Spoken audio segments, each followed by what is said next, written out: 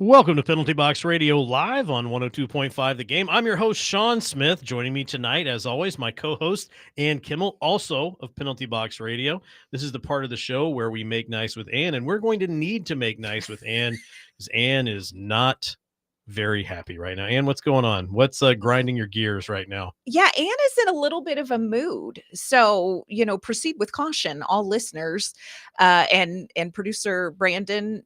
Hover near the dump button, my friend. Oh boy. I am not happy because, of course, Milwaukee Admirals, their season is kicking off. They're actually playing as we speak. They're up 1-0 at first intermission. But while the Admirals have a game, they run an auction, and they have all sorts of cool things in their auction. One thing I have coveted since, I don't know, February 14th of this year is a Zach LaRue bobblehead. Okay. And they are auctioning one off, autographed by Zach LaRue. And I like, I have a collection of different hockey things that I like.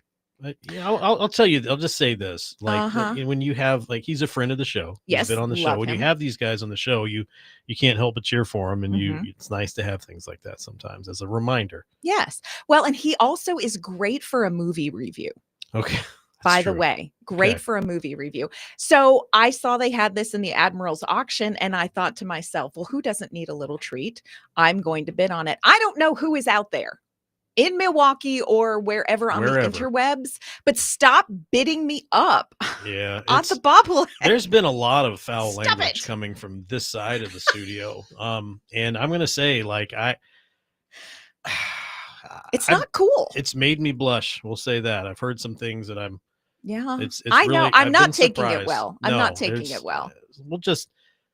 Let's try to keep, we do have a dump button. We do. But we'll just try to keep it under control and keep us updated. Are you currently the winning bidder? Yes, I am. Well, last time I had to turn my notifications off because, live on the radio. Dinging and whatnot. But I will be checking during our first break because somebody is bidding me up. Or maybe you're bidding them up. It really just depends on who wins. Well, you know what? If you're going to win that and take that from me, you're going to pay. Okay, dump button. All right. So you're going to pay. Okay. So that's what's going on with Ann. How are you, by the way? I'm fine. Just fine. Yeah. I'm not bidding on anything. Just calm, happy as can be. Love that.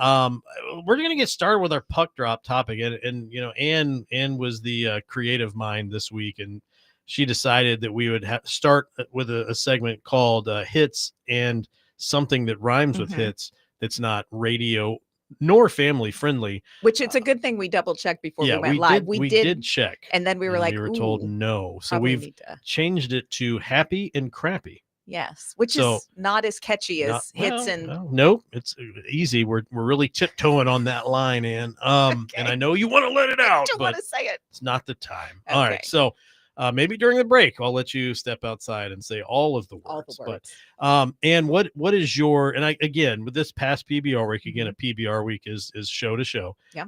What's your happy moment? You do happy, I'll do happy, you do crappy. I love that. Okay. Yeah. My happy for this PBR week, Matthew Wood is back. This is a player who, we've talked about here on the show, great training camp, and then got injured in the Gold Star Showcase, came back from injury, went down to Milwaukee to play a couple games in Milwaukee, was recalled this past week, played in all 4 games this PBR week. All 4. Friends, I know he has not yet officially scored his first NHL goal, but it is coming.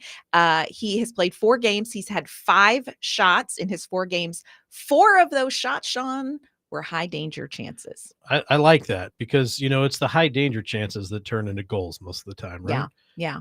It's going to happen for him. That means he's not just shooting, willy-nilly. He's out there making great shots. Yeah. Shots that should or could potentially turn into goals. Also had an assist the other night on Philip Forsberg's goal. So I'm so happy to see Matthew Wood back here in the lineup and really starting off really strong this season. So what is your happy? My happy for the week. And it's funny, this moment comes from from my crappy moment, but it was Spencer Stastny's goal against the Stars. And here's what I'll tell you. I really enjoy this. First off, I really enjoy Spencer Stastny. I've been a fan since they drafted him.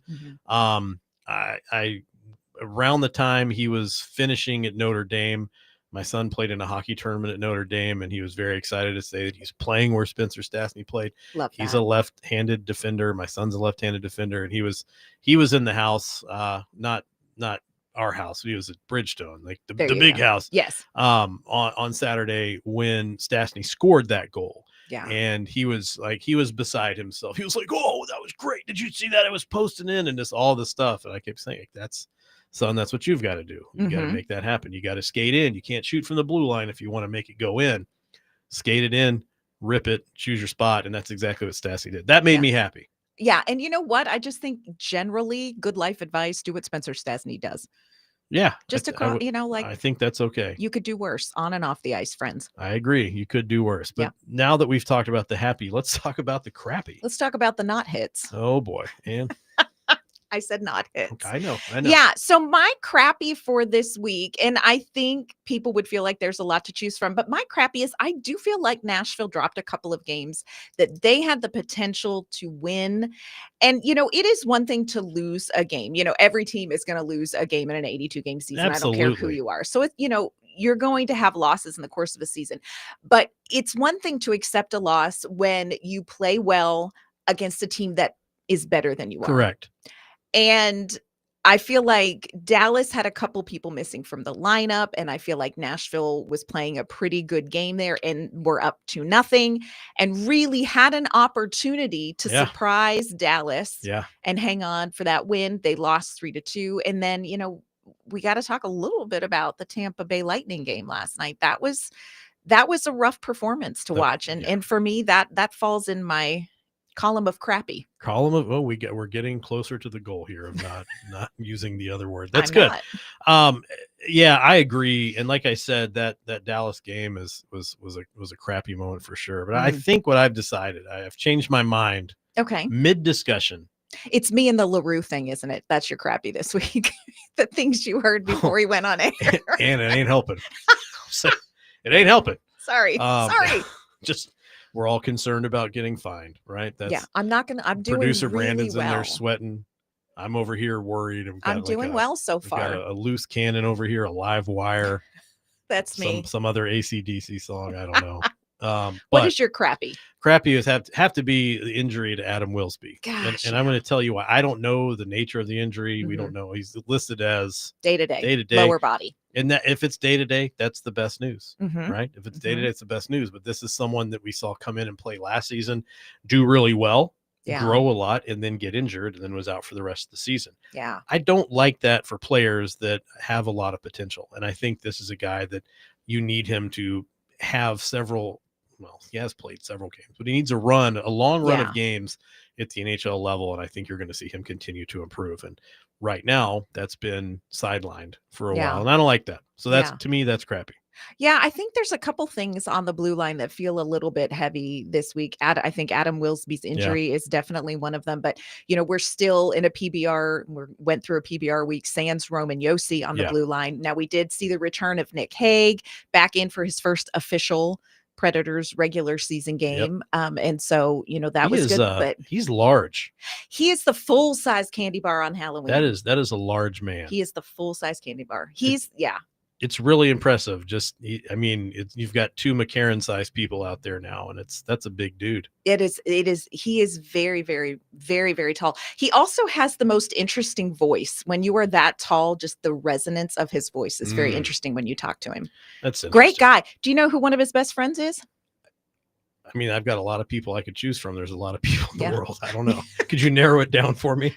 In hockey, I will tell you one of his best friends that we know well here in Nashville, Cody Glass. Oh, Cody Glass. Yeah. Really? Yes. One of his closest friends. They traveled together, were roommates together when they were together in Vegas. Oh, okay. And interesting. Stay in touch very often and stuff like that. So Nick Hague, good friend of Cody Glass. That's so interesting. He hangs with good peeps. Yeah. That Nick Hague.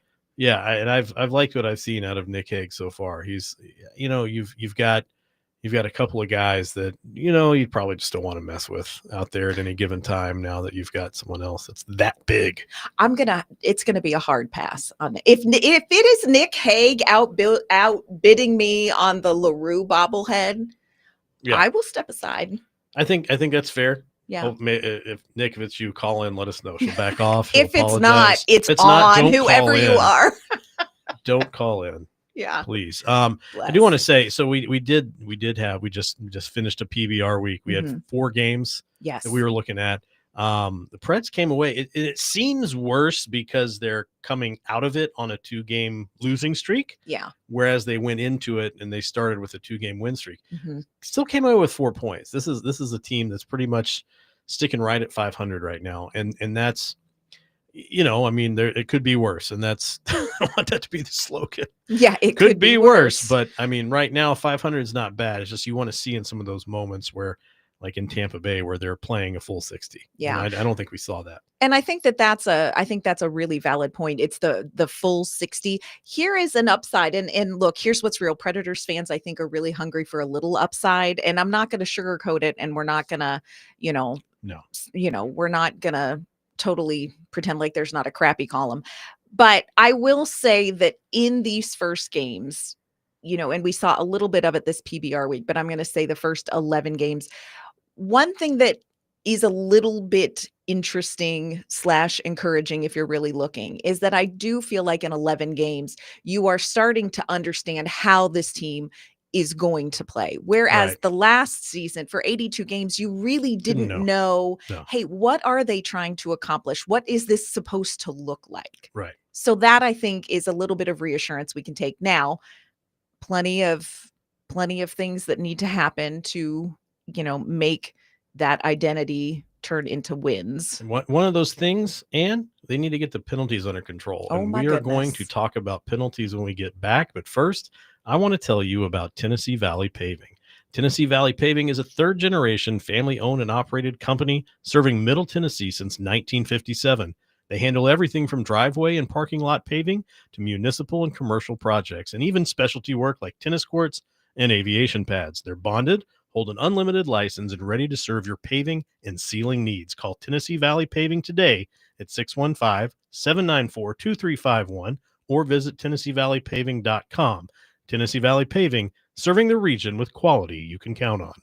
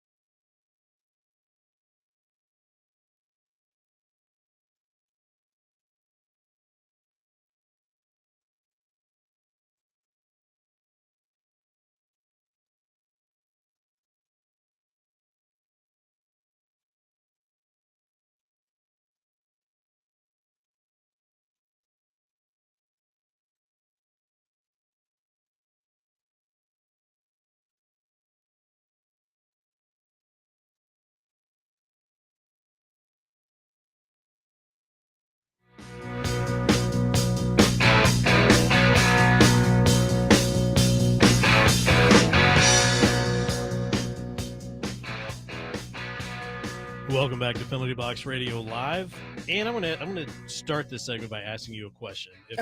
If any sports team, any professional sports team, won the championship, whatever that league's championship is, the Stanley Cup, for example, 3 years in a row, would you consider them to be a good team, a good franchise? Absolutely. Well, I'm going to tell you this: Beyond the Edge Sports Bar in East Nashville has won the Scene Nashville Readers Poll for best sports bar in Nashville 3 years in a row. Yep. And if you honestly, you need to head over to East Nashville's favorite sports bar, Beyond the Edge. When I say East Nashville's favorite sports bar, that's not just like radio talk. That's it really real. is. The people have voted and they have spoken and said, this is the best sports bar in East Nashville. And I would have to agree. I've been there. It's a great time. With over 30 TVs and 25 beers on tap, you'll never miss a moment. They've got you covered for lunch, dinner, and late night, serving food all the way until 2 a.m. Head out there after a Preds game. Stay for 3 hours. Plus, enjoy happy hour every weekday from 2 to 6, and don't miss 2-for-1 Sundays. That's Beyond the Edge, 112 South 11th Street in East Nashville, your home for every game. Now, we're back. We are back. Here on 102.5 The Game. Mhm. And we kind of teased that we were going to talk about getting the penalties under control. It's been a big problem. And here's why I'm going to say it's been a big problem. Mhm. Because what happened after the game last night isn't something you see happen a lot. And that was that the head coach called out one of the players by name. Yes, absolutely. This is something that you don't hear. And penalties have been a problem for the Nashville Predators. Statistically, I can see why people are overlooking that because Nashville has one of the top penalty kills in the league right now, Absolutely. tied for third best, 90% kill, only behind Buffalo, Winnipeg. They are tied with Colorado and the penalty kill. So excellent penalty kill, but that does not change the fact that penalties are hurting this team. Whether the other team scores on the power play or not, penalties hurt your team. It is Absolutely a momentum interrupter. Even if you kill off the penalty and the crowd goes wild, you've got to figure out how to get it going again at 5-on-5. Right. And I think that's the overlooked thing sometimes when it comes to penalties is that, yeah, it's a penalty. And I always go back to something Matthias Ekholm said a long time ago. He said, look, we expect to kill 2 or 3 penalties a night. We're fine to do that. But when you get beyond that, come on, now you're overtaxing your penalty killers. And not that it's like, well, but if you're on the power play a lot, are you overtaxing your power players? Well, not necessarily, because you're attacking, right? Yes, it's a very different. Defending is a different thing. And so, especially because what you see in a lot of penalty kill units is guys from deeper in the lineup, fourth line guys, third pairing guys that don't play big minutes. That means that you're giving more of your time on ice to these players than they're I mean, I'm sure they can handle it, but it's more than they're used to playing, which means that you don't have the guys you want on the ice more often. Right. And that's a problem. Yeah. The more penalties you commit, the less we see Philip Forsberg with the puck. That's right. And Nashville needs to see Philip Forsberg with the puck. I was looking at some of the penalty statistics, and the Predators, again, the kill has been great. They've only given up 4 goals on 40 chances. That 40 chances feels like a lot. Does feel like a lot. Interestingly, it's not just how many penalties you commit, it is when you commit the penalties. And here is a little hitch in the Nashville giddy up that they need to talk about in this whole penalty discussion. In 6 of their 11 games, Nashville committed a penalty in the first 5 minutes of play. Wow. And here's what's real. You and I have talked about this before. There are actually some good penalties to take. Sure. There are some times where, the right thing to do is to interrupt the play. Yeah. But here are the penalties recorded in the first 5 minutes of the games for the Nashville Predators. 2 interference, 1 cross-check, 2 hooking, 1 holding, 1 tripping. Those are not the kind of penalties probably that are quote unquote good penalties to take, especially in the first 5 minutes of the game. And I'll say this, if you look at that list, cross-checking, that's a stick penalty. It's a stick infraction. Yep. Hooking is a stick infraction. Come on. Tripping is a stick infraction. When you see a lot of stick penalties, you are responsible for that stick. Yes. If it is your stick, you're responsible for controlling that stick. And that's what they say. Well, the guy got high sticked. It's like, doesn't matter. You're responsible for that stick. And that happens all the time. The argument is, I couldn't help it. You're responsible for that stick. So when you start seeing a lot of stick penalties, I think what you're really seeing is desperation moves because somebody's, blowing the doors off of you, and you gotta stop them. You gotta slow them down. Right. So you get a little trip here, little hook here. Those are mostly penalties that happen from behind. Yes, absolutely. And that tells you something about what is going on. Like you said, it tells you something that is going on at that moment for the team. And when it's the first 5 minutes, that tells you that maybe your start isn't quite going the way that you want it to go. Looking at players individually, there are two players who are tied for penalty minutes. But here's what I'm going to say. Not the same scenario with these two players. Okay. Eric Holla and Michael McCarron have the same number of penalty minutes. Here's why it is different.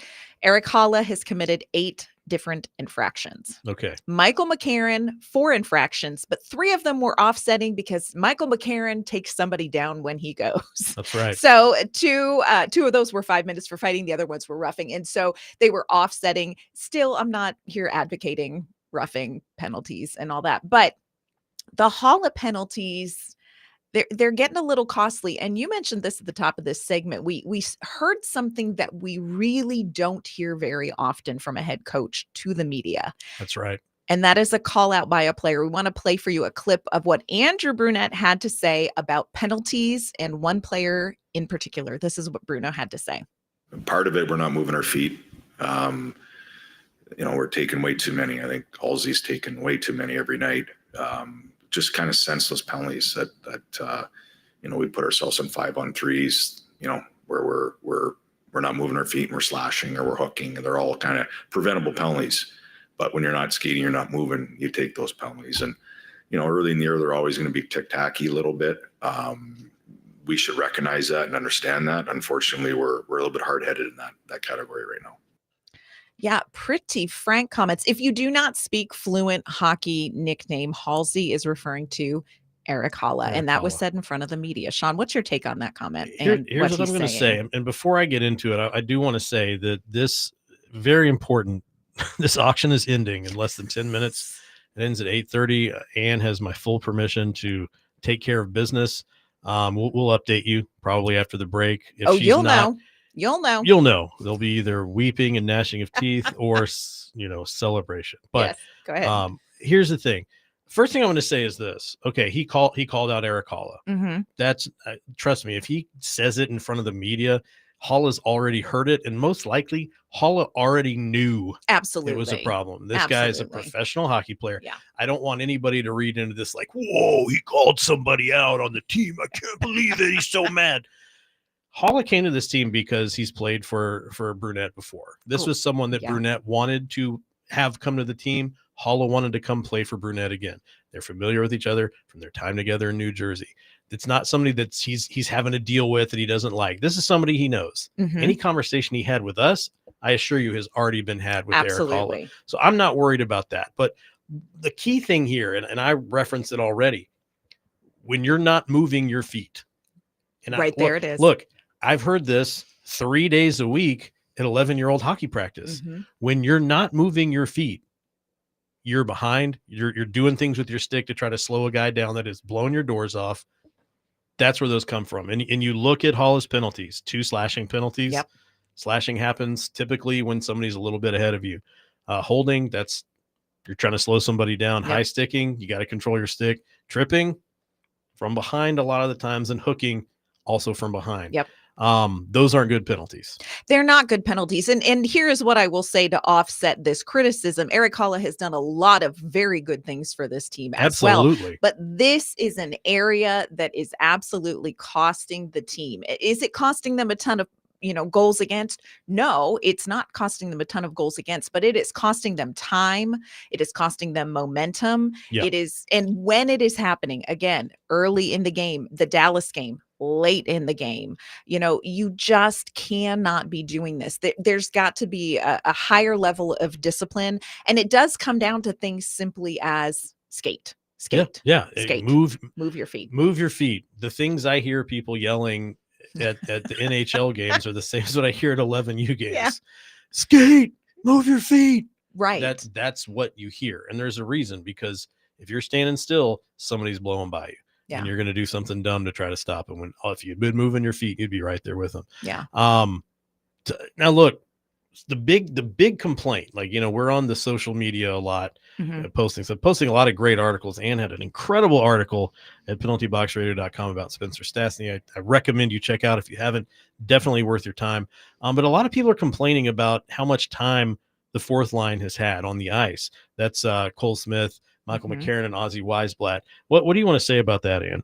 Yeah, this ties into exactly what we are talking about right now, and it has to do with time on ice. And we've seen people say, "Why is Michael McCarron and Cole Smith getting all this time on ice?" There two-part answer to this. So, buckle up, friends, and go on a journey with me. First of all, what we're talking about right now, if you look at their time on ice, they are probably your two best penalty killers. Ryan O'Reilly, of course, up there as Oh well. yeah. But McCarron and Smith are strictly penalty killers. Ryan O'Reilly is going to be on the power play. These are the guys, this is their job. McCarron at 5-on-5 so far in 11 games has 121 and a half minutes. 36 of those minutes have been on the penalty kill. Cole Smith has played almost 122 minutes of total ice time so far this season. 34 and a half minutes of that, he is killing penalties. And here's the thing, they're the two guys you want out there if that's the predicament you find yourself in, because they are very, very good at what they do on the penalty kill. So when you are frustrated with the ice time that the two of them are getting, take a minute and say, well, what are they doing out on the ice? Well, they're bacon saving along with UC That's Soros. right. Along with UC Soros. UC Saros also a very good penalty killer. I think that The gets overlooked a best. lot of the The time. best penalty killer we've The got. best penalty Yeah. killer is UC Saros. And I think too, if you look at that kind of, I mean, that's more than 25% of their time on ice is on a shorthanded situation. Those are harder minutes to play. Yeah, they Those are. they plays the hard minutes. Well, they're playing the hard minutes, and if there Mhm. weren't as many penalties, you wouldn't just see that PK time go down. You would see the 5-on-5 time go down too, which means who's on the ice more. Philip Forsberg with the puck, ladies and gentlemen. Philip Forsberg with the puck, ladies and gentlemen. That's what you need. Yes. You need somebody who's dedicated to getting the job done.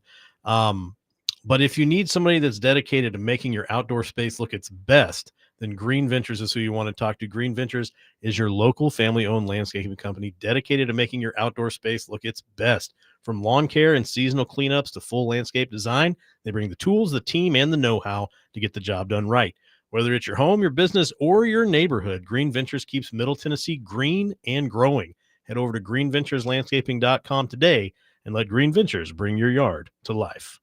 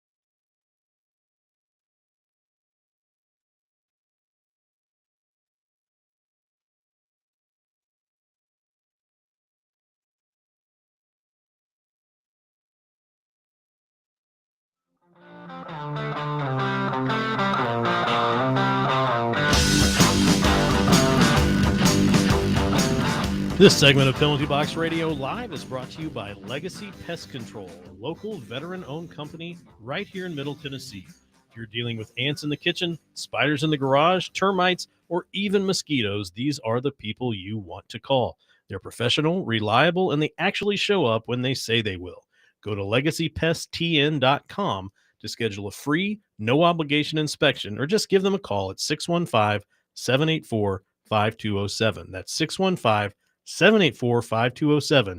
Legacy Pest Control, locally owned and trusted by families across Middle Tennessee.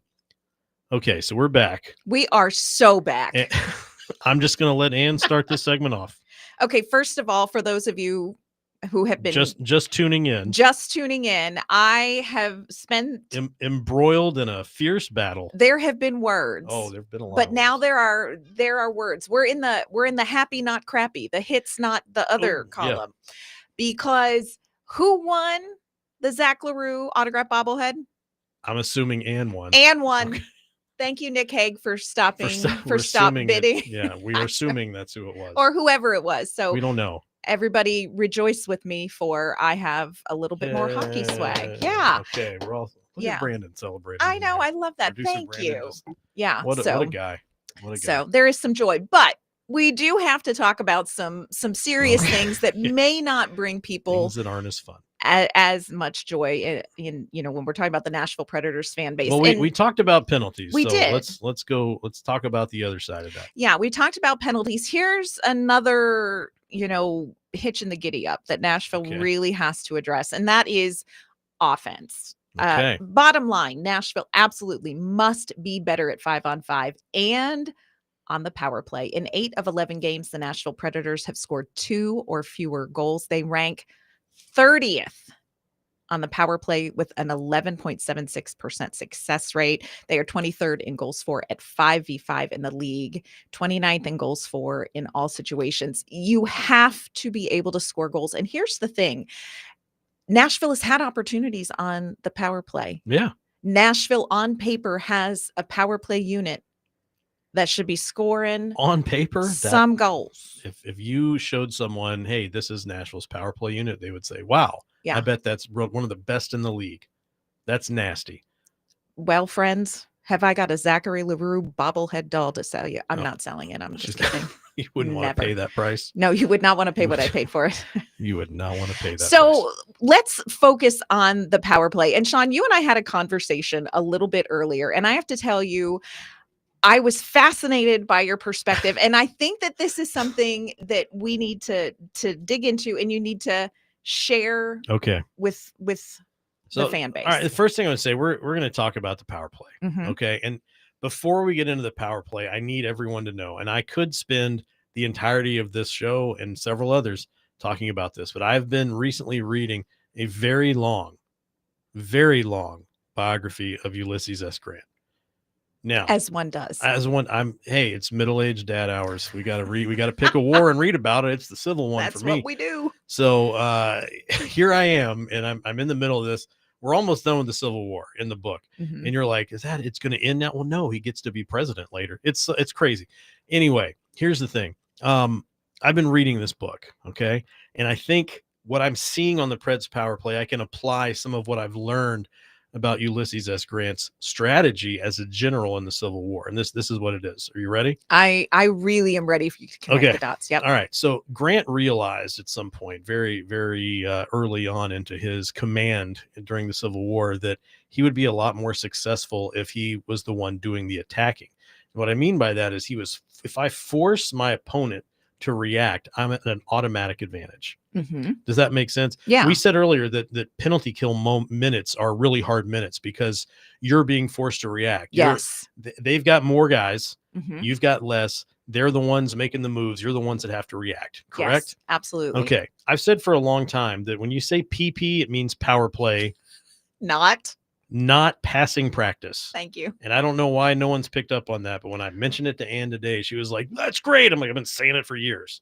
Yeah, it's true. PP does not stand for passing practice.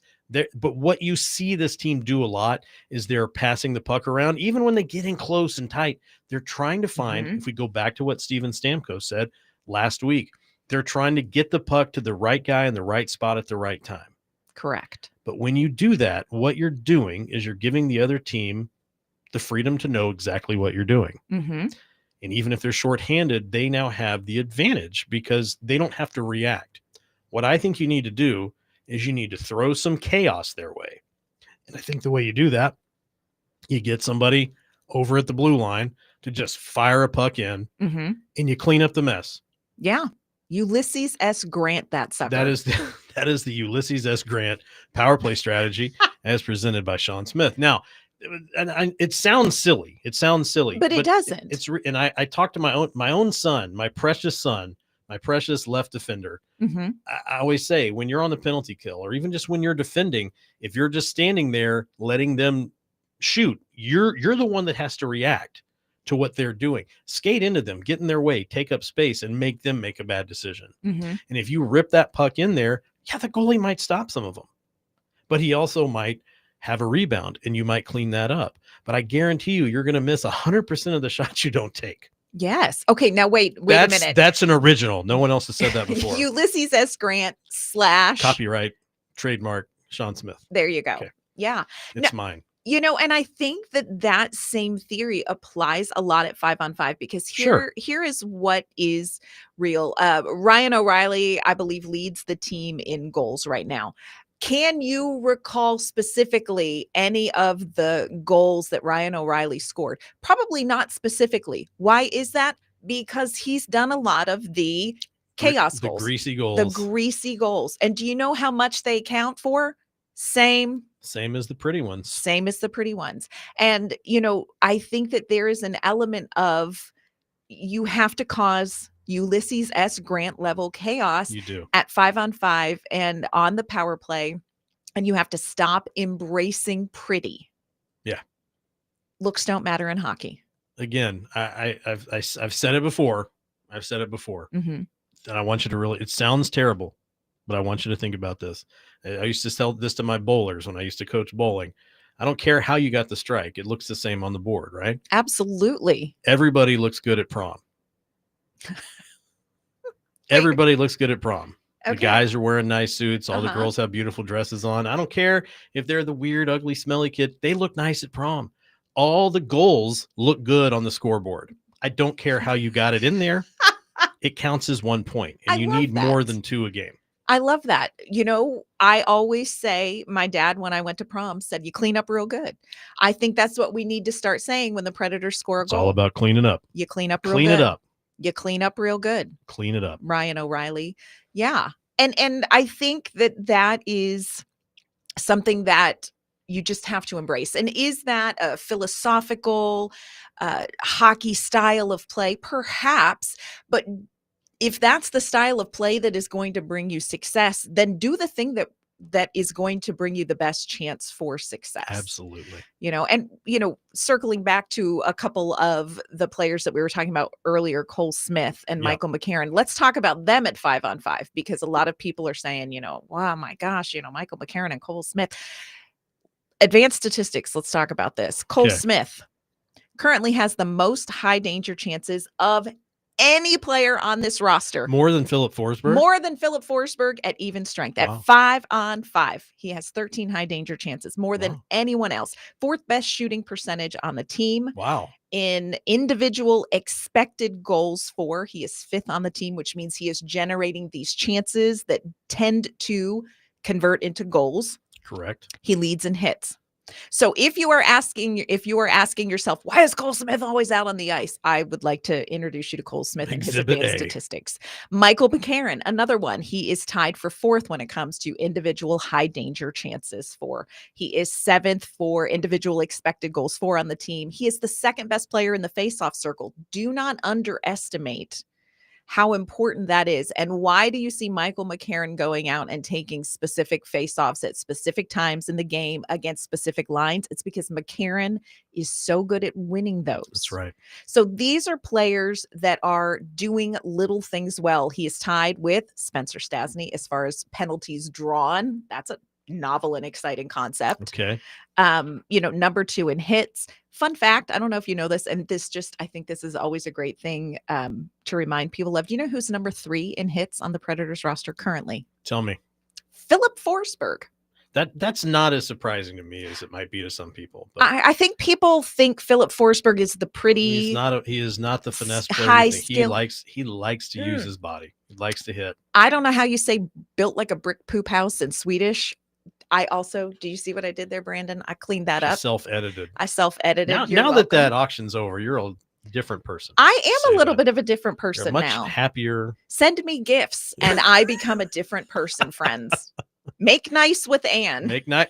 That's why we start the show that way. That's right. That's what we do. So the other player that I think I want to just talk about real quick here before we go to break, Ozzy Weisblatt, because we were talking about Michael McCarron and Cole Smith. And who has been playing on the line with them? Ozzy Weisblatt, who scored the shootout winner against the LA Kings, which was really, really exciting. I want to play a clip.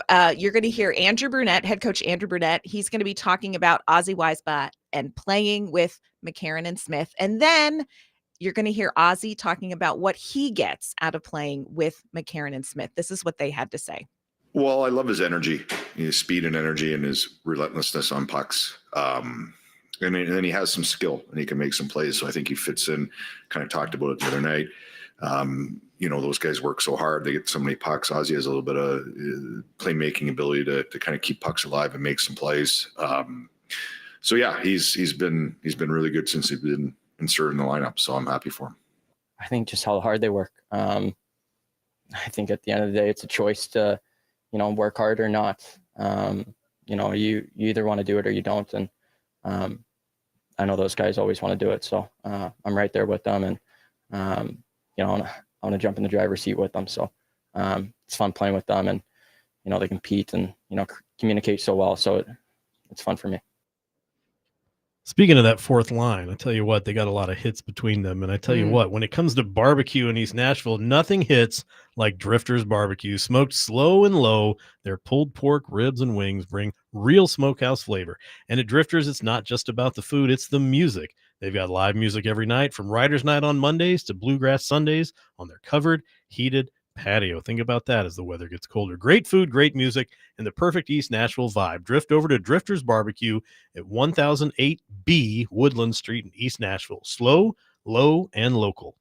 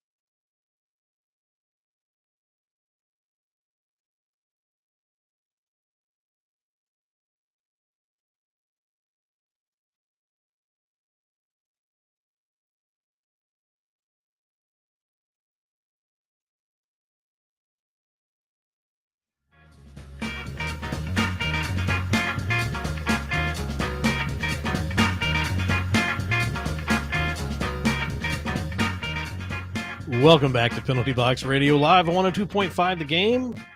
This segment of Penalty Box Radio Live is brought to you by Tennessee Valley Paving. Tennessee Valley Paving has been family-owned and operated since 1957, now in its third generation. From residential driveways to commercial lots, municipal road work, and specialty paving like tennis courts and aviation pads, they do it all. Plus, they offer sealing to protect your investment. Need paving you can trust? Call 615-794-2351 or visit TennesseeValleyPaving.com. Tennessee Valley Paving, trusted locally, built to last. I want to thank our producer Brandon for just having really, really spot on music tonight. Nailing it. Definitely need to tighten up for sure. Coming back in, we closed the last segment with a really good clip of head coach Andrew Brunette talking about the third line, or talking about Ozzy, and then Ozzy Weisblatt talking about playing with Michael McCarron and Cole Smith. And I think what you see here is you see a lot of mutual respect. Absolutely. And the type of game that these guys play is not and has never been built on finesse. It's built on hard work. Mhm. It's built on being committed to what you're doing. You can't play on the fourth line soft on any hockey team. No. That you do not see a fourth line that is built to be a fast, speedy scoring unit. You see a group that is built to slow people down and frustrate people and go into the areas nobody wants to go to. And look, when you say like these are the guys you're going to go to war with, like these three guys are really going to war, and you've got to be tight. Yeah, you do. And I love what Ozzy said about being willing to do the hard work. You've got to be willing to do the hard work, certainly on the fourth line, but just in general. And, at the beginning of the season, we talked about the Hala Marchessault bunting line really setting an identity, and they did. They did. And then Marchessault stepped out and was injured, and you had a couple other people come in and play in that line. But really, what line then stepped up and said, this is how we're going to play. This is the tone we're going to set. You're talking McCarron, you're talking Smith, you're talking Weisblatt. Now, is that where you want your best high danger chances generated from? Nope. Now, you don't want less, you want more from somewhere else. Right. You're not saying take it away from this line. Correct. But there should be more from someone else or somewhere else. There should be more. But you need to give credit where credit is due. And it's just interesting to me that people are frustrated about maybe the ice time that these particular players are seeing. And I think really what that feeling is, if you dive in and dig in a little bit, it's going to be that the frustration is that you are not seeing more from somewhere else currently. So how do you fix it, Ann? Well, first of all, you go shopping at the Admirals. Which you just did. I did. We're having a little moment though, friends. Uh-oh. We're going to fix it afterward, but Okay. It rejected my credit card. How dare you? After all I've done to win that bobblehead. That was a lot of hard work. It was a lot of hard work, but we're going to figure that out. We're going to put a pin in that one, and I'm going to solve the other problem first. There you go. When it comes to 5-on-5 scoring, again, we talked about 8 of the 11 games they've had 2 goals or less. It's going to be very, very hard to win enough games with 2 goals or less to really do much in an already difficult and competitive Central Division. You've got to get more goal scoring going. And I think part of it is embrace the yuck, embrace the greasy goals, embrace the Ulysses S. Grant chaos at 5-on-5 as well as on the power play. Do the greasy goals. Yeah. Don't worry about style points. And I think that is something that I think we see Nashville maybe when they do get possession in the offensive zone, it's one pass too many, one try too many. Friends, look down. If you have the puck on your tape and you were in the slot, shoot it. Yeah. Good things happen when you're in the slot and you shoot the puck, right? The slot is not lava. You can go there. Get in front of the net. That's, and I want to say this too, because I think it's something that you've brought up several times. You've said it's the bobblehead, isn't it? Yeah, but it's no. The bobblehead. Yes, and also no. Okay. You've talked about the Central Division and how stout it is, and that you're not going to 2 goals per game is not going to get you where you need to be. The Central Division is no joke.